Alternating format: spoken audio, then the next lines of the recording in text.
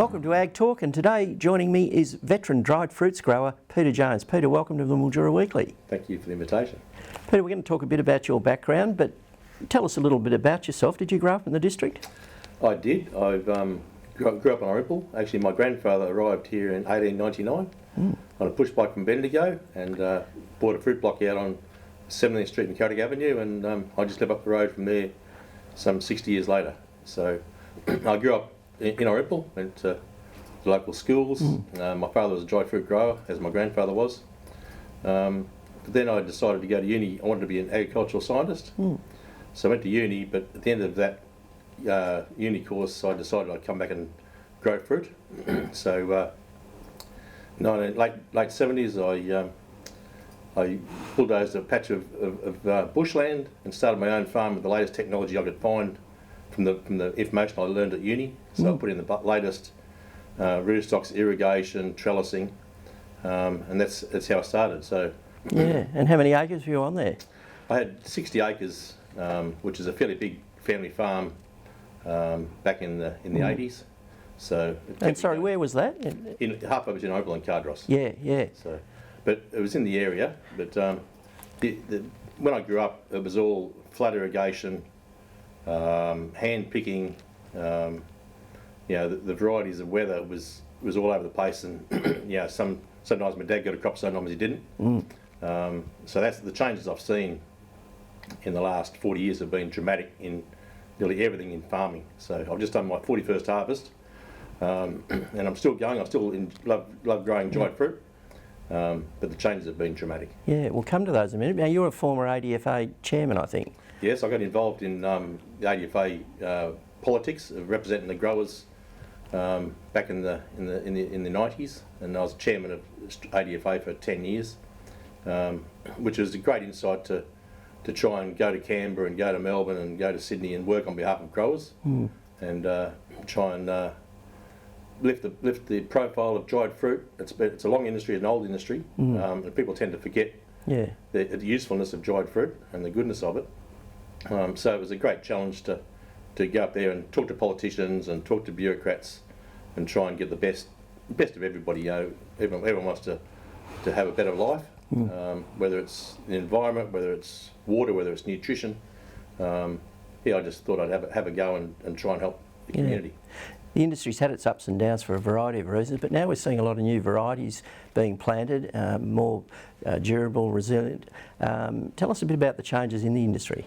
Well, up until the 1960s, everyone just got their best vine in the patch and planted a cutting and grew it. In the 1950s, 60s, 70s, the CSIRO at Merbein, along with the industry, developed rootstocks and clones to try and get the best of the best. So that happened. So we've got really good base quality fruit. Then we went to rootstocks to get bigger crops. We went to trellis drying, which also mechanised the harvest area and cut the risk out of rain in harvest, that sort of thing. So again, the technology has kept on going, but the new varieties are trying to be bulletproof. We're trying to get something that doesn't go mouldy in the rain, produces every year, nice flavour, easy to process, lasts long in the packet in the supermarket. So every new variety coming out it's only been released because it's an improvement on what we had before. Yeah, and of course there's been a raft of improvements in technology that have affected agriculture in a positive way. Sustainability is a key sort of word these days. Well, we find that especially with water. When I grew up, there was flood irrigation everywhere. You didn't pay for your water, you just paid per acre. So you put on 3 inches or 3 feet of water, you didn't pay for any. But now everything's metered. We've gone to sprinkler irrigation, we've gone to drip irrigation. We don't waste water anymore. Around the area, people would notice that the salt lakes, which used to take your drainage water, have all dried up. The Cardross lakes, Lake Hawthorne, those sort of places have dried up because of the fact we've got very efficient. So we're using a lot less water than we used to, and we've got a lot more crop for the amount of water we use. So the environment's winning, and the growers are winning because we never want to pay too much. So that the increase in production has been a real benefit to those who are who are on the farm. Yeah, well, the grower's become sort of a businessman, hasn't he? He's running a sort of a complex business these days. I think that's the case. I think in the old days, it used to be the dumb son came home on the farm, but I think now the smartest one's got to come home. It really is a business, and farming is risk reduction.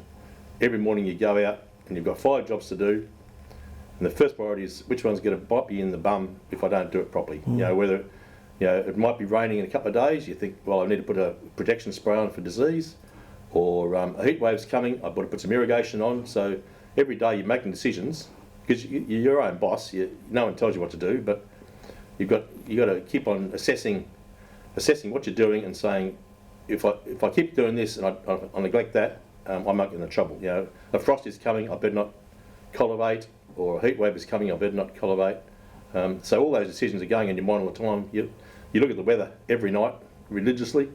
You try and look out, a week's in advance, and you see that. Then, and actually, coming on that, the weather forecasting is a lot better than it used to be. 3 days out used to be really hard. Now they go 6-7 days out, and they're pretty good at it. They might not get the amount of rain right, but they say 70% chance of rain. It usually works out fairly well. So, but the technology we've got with drip irrigation, it's very high tech. You're watering a plant every 2 or 3 days, and so you can't afford any miss-ups, any mistakes. If you have a power failure statewide in the summertime and you can't irrigate your plants, in the old days they'd last a week because they flood irrigated, they had roots nice and deep. Now we're only putting just enough on that the plant uses. So the more high tech you get, the more high risk you get. But that's what farming is all about, is managing risk. Yeah. Well, look, it sounds like the industry's got a good, solid future ahead of it, and it sounds like you're going to be part of it for a while yet. Yeah. Well, we've got a great product. I call it concentrated goodness. All we do is actually take the water out of the grape. So 80% of the grape is water. So that gets evaporated in the sun as we dry it in the sun, and we've got the rest. So it's a beautiful natural product, and healthy as well. Excellent. Peter, thanks so much for coming in. That's really been interesting, and might catch up with you again sometime. Thanks for your time. And be sure to see more news at milduraweekly.com.au.